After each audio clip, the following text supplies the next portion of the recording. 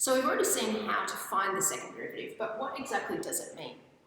Well, we know that when we find the first derivative, what we're really finding is a description of the gradient of the function itself, of y. And we can actually graph that first derivative in its own right. And when we do so, we wouldn't put y on the y-axis, we'd call that dy dx or y dash, and we'd still have x on the x-axis.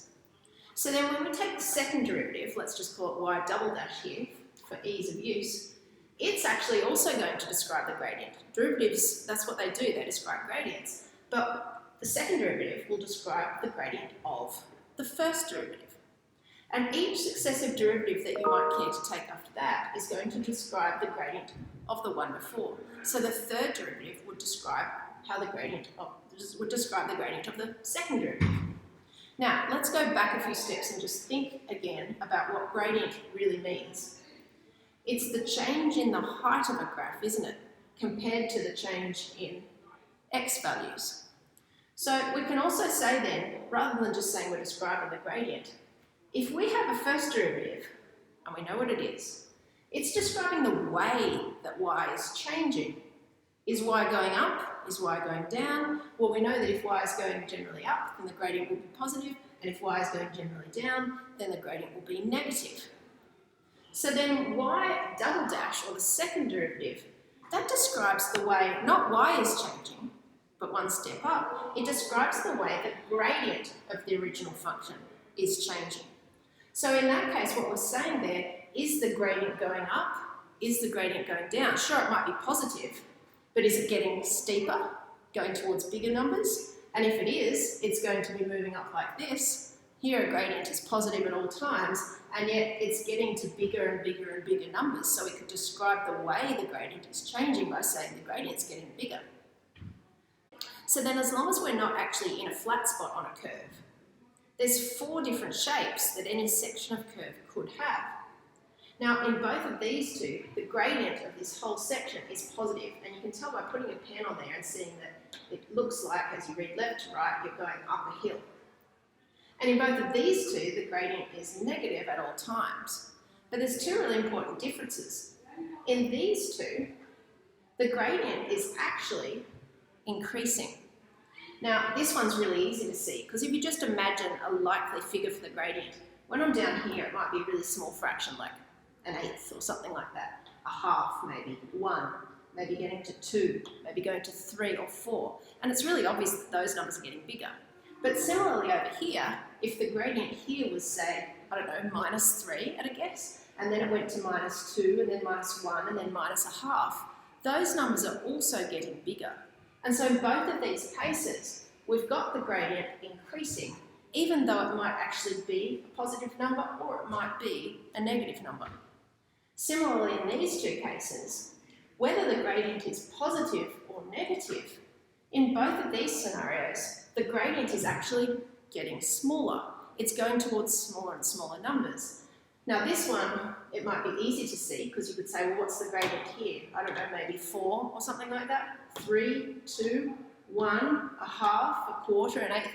So it's getting smaller and smaller, and that's nice and obvious. But over here, even though we've got negative numbers, they're also getting smaller. We might have -1/2, -1, -2, -3, -4, getting steeper and steeper. So in both of those cases, the gradient's actually decreasing. Now, here's the key thing. When we talk about the gradient being positive, just the normal old gradient, the first derivative, how do we know? Well, the positive gradient sort of goes this way. That's something we've learned. We know that really well. What we're saying is that the change in y, what's y doing with a positive gradient? Oh, y is going up. So if y is going up, then we say, we know what that means. That means the gradient's positive.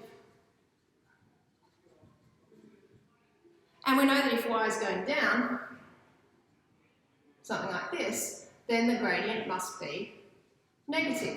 Now, what is the gradient? Well, it's just the first derivative, isn't it?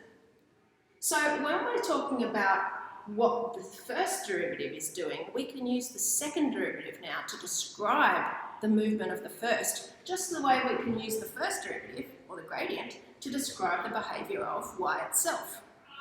So when the gradient is positive, We know that's because y is going up. So if y dash, or the first derivative, is increasing, then that must tell us that the second derivative is positive. So in both of these cases here, whoops, let's not use f of x, let's use y double dash so we're consistent. We're saying that here y double dash is positive, and here too. Now both of these sections of curve have something in common. We can describe the concavity and say, hey, it's concave up. It looks almost like it's making a part of a bowl that can hold some liquid. And so you can tell that if liquid's poured in from above, it's a section of bowl, it's concave up. So let's write that on our notes. Concave up, concave up. And we know that we've got concave up when the second derivative is positive. So by rights it makes sense that the second derivative being negative tells us that the gradient must be going down. Because when y is going down, we know that the first derivative is negative. So if the first derivative is going down, we know that the second derivative must be negative. So that's what we've got here. And our nice easy way of spotting it, of course, is we just look for the concavity and we say that section is concave down.